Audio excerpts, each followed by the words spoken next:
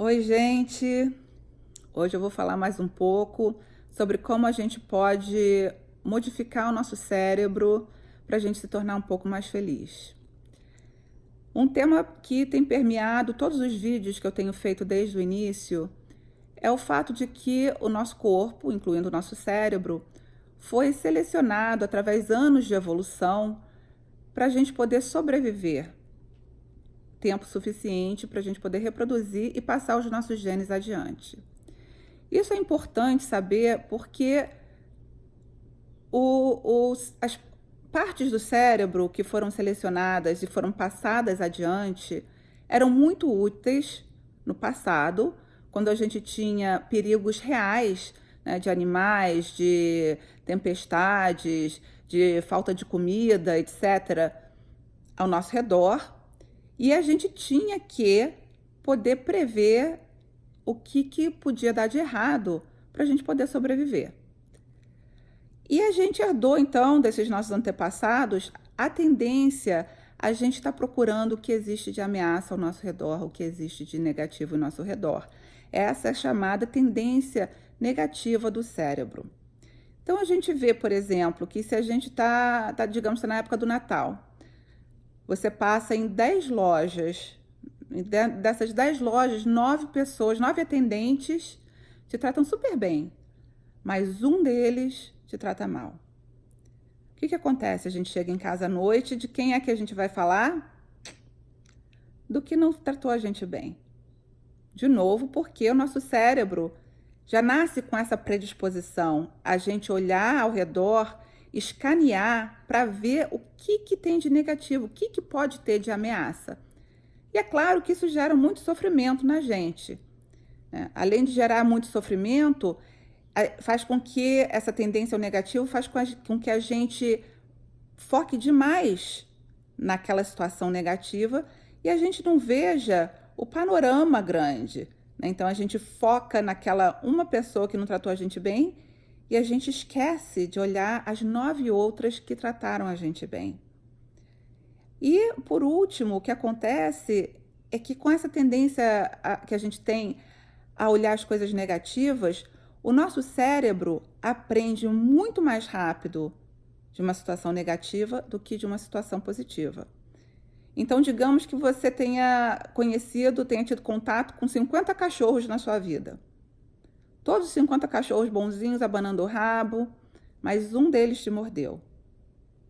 Eu posso apostar que você nunca mais, ou talvez demore bastante tempo, vá passar a mão na cabeça de um cachorro, fazer um carinho num cachorro. Você vai ficar com medo do cachorro, porque aquela uma experiência negativa com o cachorro foi suficiente para apagar as 49 outras positivas. Então, nosso cérebro aprende muito mais do negativo do que do positivo, né? Quando a gente tem uma experiência negativa, ele tende a hiperfocar na experiência negativa e não ver o panorama geral, né, o contexto geral dentro do qual aquela situação está inserida. E ele torna a gente muito mais infeliz, né? E como é que a gente pode fazer, então, para contrabalancear essa tendência ao negativo? A primeira coisa é, sempre, atenção. Atenção em termos de mindfulness. A gente tem que estar atento ao que a gente está pensando e ao que a gente está sentindo. Então, quando a gente está sentindo algum sentimento ruim, tipo ansiedade, ou raiva, ou irritabilidade, qualquer coisa assim, a gente já sabe que o teor do nosso pensamento é negativo. Então, a gente está sentindo aquilo, pensa, ok, o que eu estou pensando? E aí é a parte que a gente pode começar a questionar os nossos pensamentos. Porque muitas vezes a gente não está consciente, não só do que a gente está sentindo, mas a gente não está consciente do que a gente está pensando também. A gente sabe que a gente tem raiva, mas a gente não sabe por quê. A gente sabe que a gente está ansioso, mas a gente não sabe por quê. Então é um momento de prestar atenção, de mindfulness e se questionar: o que eu estou pensando? O que eu estou acreditando?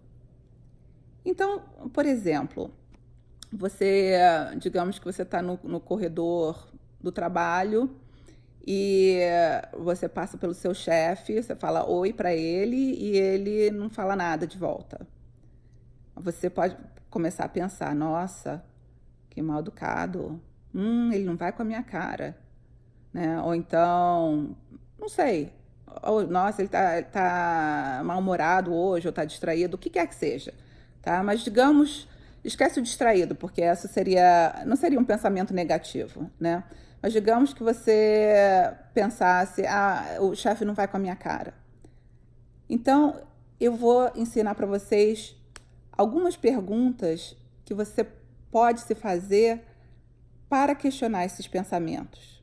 Então, primeiro digamos, o pensamento o chefe não vai com a minha cara. É verdade? Você se pergunta, esse pensamento é verdade? É verdade que o chefe não vai com a minha cara?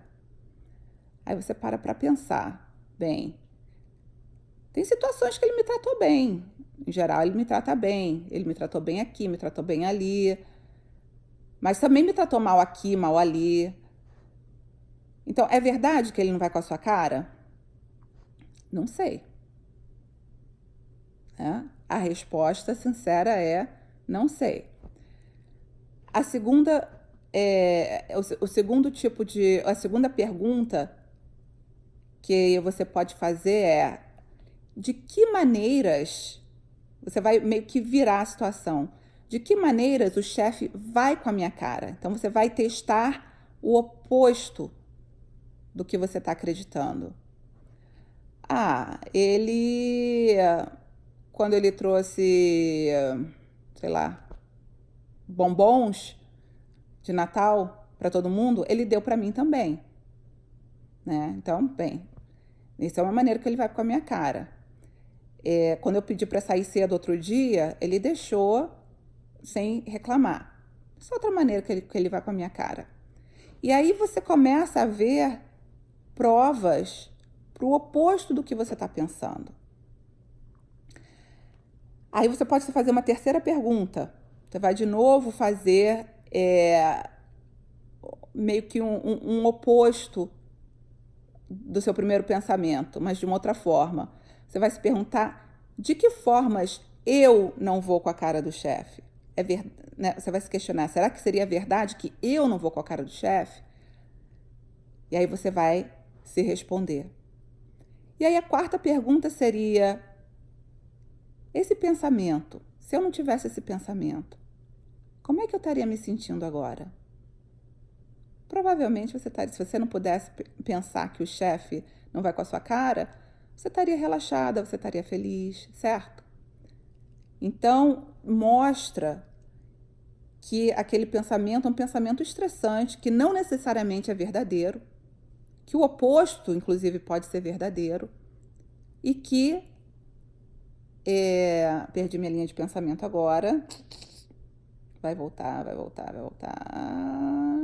Assim, e que você não precisa acreditar em todos os pensamentos que você tem. Então, recapitulando, o nosso cérebro tem uma tendência a detectar negativos e ameaças ao nosso redor.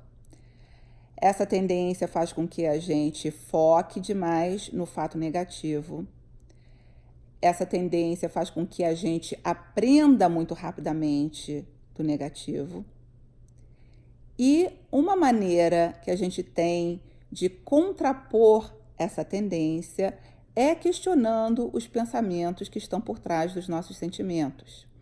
E a maneira de questionar os pensamentos são 4 perguntas. A primeira, é verdade o que eu estou pensando? A segunda, o oposto do que eu estou pensando poderia ser verdade? A terceira, se eu fosse o sujeito do meu pensamento, seria verdade? Né? De que forma esse pensamento é verdade comigo sendo o ator do pensamento? E a quarta pergunta como é que eu me sentiria? Como é que eu estaria se eu não tivesse esse pensamento? Se eu não acreditasse nesse pensamento?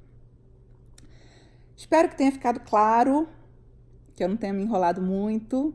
Mas como esse vídeo é feito para amigos, espero que todo mundo entenda. Se alguém tiver alguma dúvida, me manda uma mensagem. E é isso então, gente. Fiquem tranquilos, fiquem na paz. Tchau, tchau.